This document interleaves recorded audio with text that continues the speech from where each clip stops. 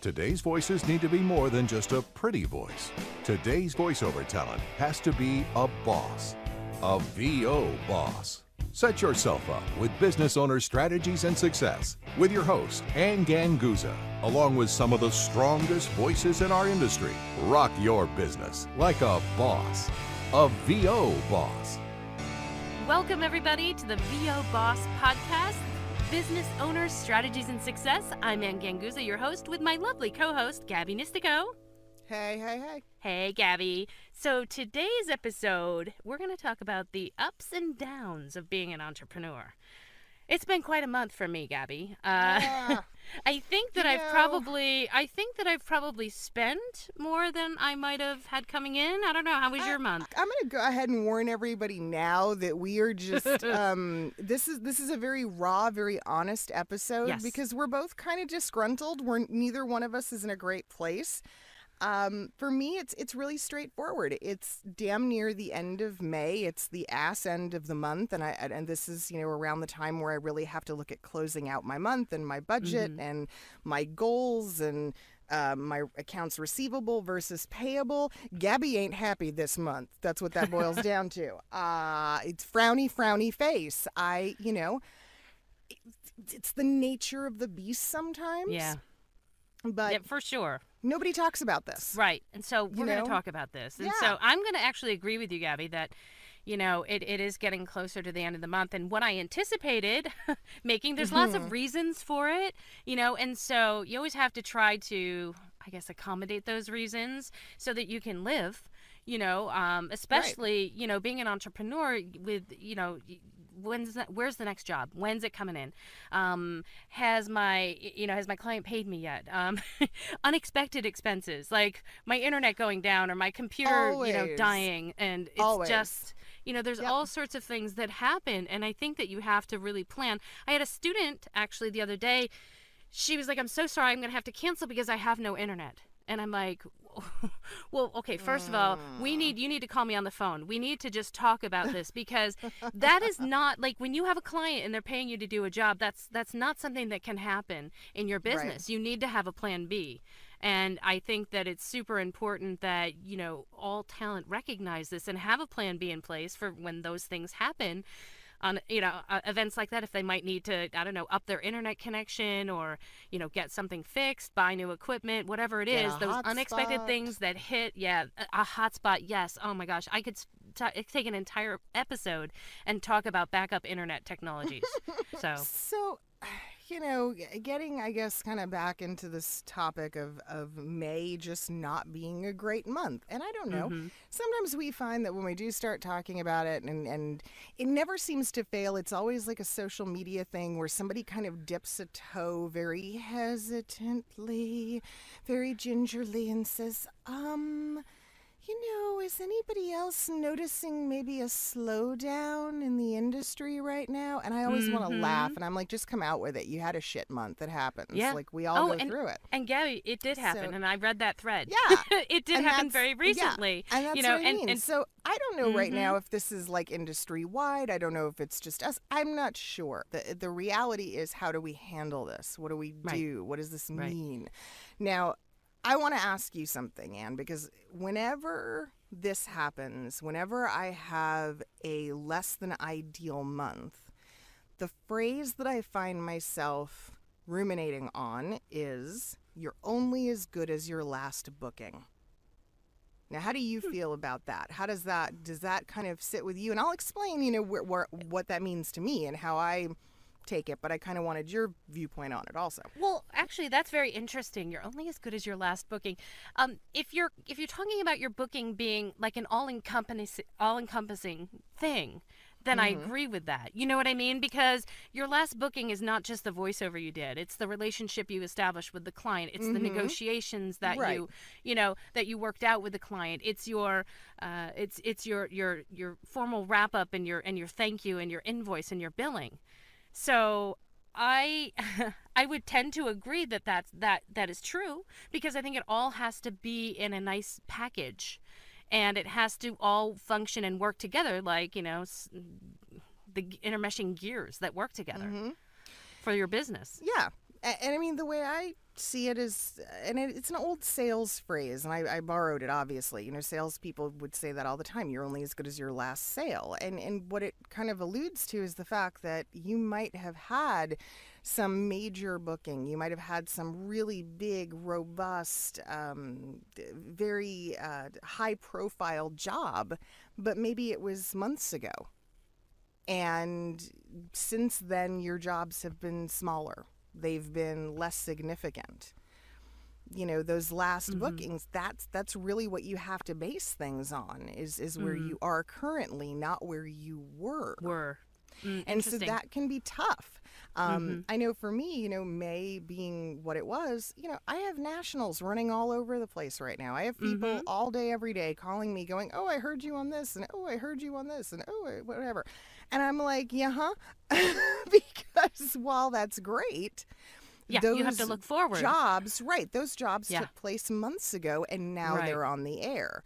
And now here I am with this month going, this not so great. That's not so awesome. That's such an excellent point, because I've always said, you know, I love repeat clients, but you can never bank on them to last forever. I mean, exactly. And it's one of those things that you always have to be cultivating that next client. And as good as your, you know, I had one client that had me on contract for, 3 years. Actually, I've had one client for 9 years. Ultimately, things might change. Things might change in the industry, things for them, for their business, so that, it's as wonderful as it's been, there might be a time where they need a different voice. And so you always have to, as a business, be cultivating those next relationships, those next clients. I think it's so important, just like having a backup plan, right, for your technology and your moving parts of your business, so that you can be prepared for these types of months, for these types of ups and downs of everything. It's like ups and downs of your technology, ups and downs of your clients, ups and downs of your business. So let's talk about, I don't know, I guess the big thing is, how do you weather it? How do you handle it when there's a slow month for you, or you didn't meet your budget, or, what's your game plan there? What do you do? Good question. I know a lot of people will say, when that happens, spend your time marketing. And I do a lot of that. I absolutely do a lot of that. But I think more important than that is just to understand that it will happen. It does happen. And not to let it get you. It can be a mind game. So, if it gets to you and it brings you down, your mental state, if you're depressed about it, or if you're, upset about it, or resentful of it, then that is going to affect every other aspect of your business. So number one, understand that it does happen. Understand that it's normal. And what I'm hoping that this podcast is doing is showing people, it is normal. I mean, we've been in the business for years, the two of us, and we're established, and it happens to us. And so it's okay. Plan for it, expect it to happen, and it's okay. Know that it's okay. Well, there's two things with, how do you plan, though? What do you do? I mean, I know what I do, but... Well, I absolutely have a business savings account. That, that is one thing that I've been able to do in the past few years that really helps me in terms of making me feel better about things when I have a bad month, or, a low income month. I have that savings. And I absolutely just spend that time going out and cultivating more clients. And that's my plan. My plan is, number one, a financial, savings plan, so that I feel okay, that, it's maybe not as good of a month as it was, before. And so that gives me the confidence and the security to press on forward in a positive manner, and be able to, really try to cultivate new relationships. What about you? Yes, it's very similar. I have a safety net in the form of business savings that I subscribe to the same rule that financial analysts and advisors tell you for your personal life, that you should have 3 months-ish. Yes. in the quell for all of your expenses. If something catastrophic happened, Right. you've got 3 months of payments available to you on everything. So that's what I Yeah. do. That's excellent advice. I tighten up the belt a little bit. I'm not going to panic necessarily, Right. but, I might push off a bigger purchase, or I might rearrange some things to account for the slowdown. I get a little bit more aggressive with collections, especially if anybody owes me money, because that's Yep. going to help. And, I think for me, the biggest thing has been that I've had to learn to just kind of go, it is okay. Yeah. I don't beat myself up about it. I don't take it personal. Yeah. Number one, because you can't. My gosh, you cannot take it personal. Good grief. I mean, this industry is not out to get any of us like this. Right. Crazy idea. And I just kind of go, okay, I look at the statistics and I look at the data. And I look at the data long term, let's say over the course of anywhere from 6 months to a year. And I look back and I go, I have a growth trajectory. I see that things, for the most part, are headed in a growth direction. Yes. There's bound to occasionally be. It's like my dip. stock. Yes, it's like my precisely, stocks. exactly like stock. I've owned stock from when I was in the corporate world. I owned stock. I bought stock in Stryker Corporation. I've had it since 1990. And I meant, for it to be a long-term investment. And I've seen that grow, exponentially, but there's times when it didn't grow, it Right. grew, and it's one of those things. It really Yeah. is like that in our business. And I like how you said that you actually, I like looking at the numbers too. And I think that keeping track and a very good track in your accounting system and being able to generate reports is helpful, so that you can see, how was it last year? How is it this year? How is it, in January? How is it, quarterly? And I think if you can see the trajectory going up in a positive manner, that's a big help, because It is. as I mentioned before, the mental aspect of this is Oh, something that yeah. causes most entrepreneurs to quit. And they will let that get to them. And I think that it really is, entrepreneurship is so much different than working for somebody else, because at that point it's a no-brainer almost. But when you're working for yourself, you are everything, and you are paying yourself that paycheck, and you have to have that feeling of, I am worthy, of this paycheck, and you have to be able to weather the storms as they come. And there is absolutely a mental fortitude that must exist and must be part of you in order to weather it, to survive it, to not become resentful, to not take it personally. Absolutely. You have to be emotionally mature enough to be prepared for it. Yes. And it's okay. I also think that there's something to be said about opening up the conversation and getting honest. I mean, no, I'm not suggesting that you announce it to everybody. I'm not suggesting you throw it up on Twitter, but at the same time, your closest voiceover friends, your confidants, your coach. If you have an accountability group, I think an accountability group is really fantastic, to do that, because that can really help, set your mind back to a positive, focus. And I'm reading a really good book now called The Millionaire Mindset. And a lot of it focuses on the, what we were taught as young people about money and the value of money, and the money is the root of all evil and all that, and all the mindset that stops you from actually accepting money and making money. Oh, sure. And it's, I highly recommend it. I think we could have an entire podcast just on that book. Easily. Well, I mean, I know for me, the generation before me, I mean, my folks, money, you didn't talk about money. No, not at all. It was to people about money. My was gosh, unspoken. I mean, that's right. And it was it was a stressful point, so that as a child, if you were watching your parents, maybe all those fights erupted about money, and it was tense, and so you always had that kind of negative feeling about it, and money must be bad, so for sure. Yeah, and I think that it's exploring new ideas. I think a book like that is terrific.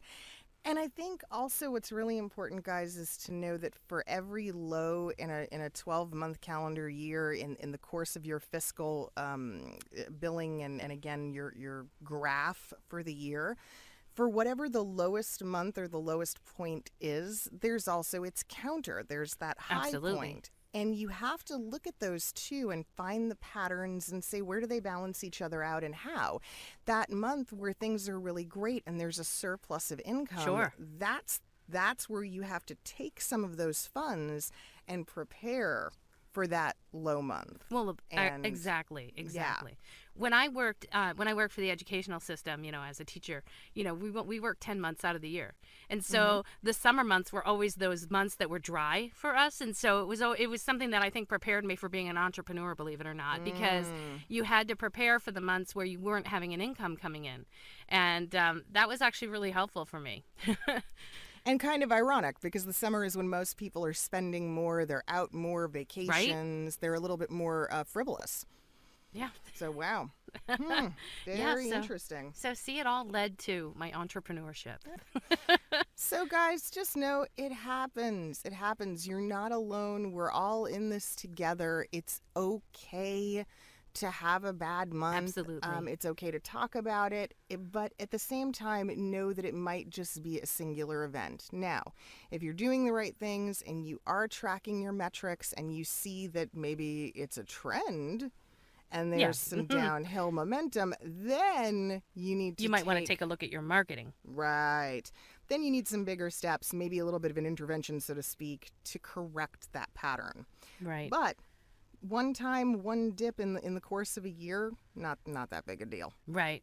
And, Okay. and I'm gonna add in too that, don't get thrown off by people in social media who might be having a good month and are talking about it, online, because that I know has a big effect on a lot of us, thinking, to yourself, oh my gosh, well, she's having a really good month. What's wrong with me? I guess, that can really wreak havoc with your mental state for sure. Well, and let's be honest too. There's two types of social media-ites. There are the people who broadcast everything and tend to lean more towards the negative and focus on the negative Yes. things in their life and using their social media as a soapbox. And then there are the people who have made a conscious decision and a calculated decision to only use social media to broadcast things in the best possible light. And in many cases, those are your fellow entrepreneurs. So they know Absolutely. what they're doing. Yep. They might just, as well as you, be having a not so great month, but they're Right. making a conscious choice to focus on the positives, to continue to promote forward, to continue to Sure. make things look like they're A-okay. Because who on social media wants to read, stuff that's depressing or Debbie Downer? I mean, there's enough of that Exactly. anyways in the news, right? So as a Exactly. business entrepreneur, you don't need to contribute necessarily to that. I know that I subscribe to that to that belief where everything that I post, even on my personal pages, is of a positive nature, and I try to just avoid anything that's truly a big conflict or just because if I want to talk or discuss things that are really conflicting me, I can text you or I can call you or that sort of thing. It doesn't necessarily need to be broadcast out on social media where my potential client might be seeing my posts and taking a stand, whether they want to work with me again. I mean, come on, clients, agents, fellow Everybody's on actors. Facebook. Yeah, everybody wants to put that best public image out there. And so you have to realize that person that That's you're what's looking happening. to and you're thinking, oh my gosh, I suck and they're so great. And, whatever self-deprecating nonsense is running through your brain. No, not true. Not true at all. They're only showing you what they want to show you. Exactly. So, So great episode, Gabby. Yeah. So I think our takeaways can be, number one, know that this happens and know that Yeah. this is normal and that it's okay. We're telling you that it's okay, that it happens, and that you just want to make sure that you have a backup plan for those months that are not as income generating as you would like. Yeah, not as fruitful as you would Yes. you would prefer them to be. Exactly. But Always have hey, a backup plan. Yep, and just because you didn't hit your goal doesn't mean that you failed. Exactly. Does not constitute Exactly. failure. Got to remember that. So that's really important as well. And this week's episode is more like a psychological pep talk. It's not really the whole takeaway. I think is just that, is to be accepting of the situation, be okay with the situation. Don't take it out on yourself, and plan accordingly. And Plan definitely, plan forward. And I think Plan forward. Really, the other big thing is probably to start, if you have not yet, setting up a business savings account or some kind of little monetary safety net. Start making steps to do that. And even if you can only put a small amount away every month, it's something. And that alone is going to, I think, give you the confidence that you at least have some that you're putting away, for when those months are not as fruitful. Yeah, and go to your bank. Go talk to a banker about it. They'll set something up. They can set up an auto draft to take care of that for you. That's what I have. Make it simpler so that you don't even have to think about it, and it just starts to accumulate. Yep. And it's so easy now, too. I mean, especially with online banking. I mean, you can just, I have automated accounts that, take out a certain amount every month into my business saving. And then I have another one where I can transfer so easily. It's a piece of cake. You don't even have to go to the bank anymore. So I'm telling you, the bank employees are like the Maytag man. Now I'm showing my age, I know, it's right? sad. It's sad, but They're it's lonely. true. They're lonely. You All too right. can adopt a banker today. That's right, today. That's replaced by a mobile app. Yeah, let's just, so we're going to cue some Sarah McLachlan. And There you go. Oh, gosh. Isn't that the truth? You Oh, guys, my goodness. Have a great week. Keep moving forward. Keep kicking That's some right. ass. As always, we want to send a big thank you to our sponsor, IPDTL, for our quality recording connection. You, too, can record like a boss. Find out more at ipdtl.com. Yep. From all of us at the VO Boss Podcast, have a kick-ass week. Do not let the man get you down when you have a bad month. Stay That's right. focused. And rock your business like a boss. Like a boss. Like us on Facebook at VO Boss Podcast and Twitter at VO_boss. And then subscribe to us on iTunes or Stitcher. Thanks, guys. Thanks, guys. Love ya. See you next time. Bye. Bye. Join us next week for another edition of VO Boss with your hosts, Ann Ganguza and Gabby Nistico. All rights reserved. Ann Ganguza voice talent in association with 3 Moon Media. Redistribution with permission. Coast to coast connectivity via IPDTL.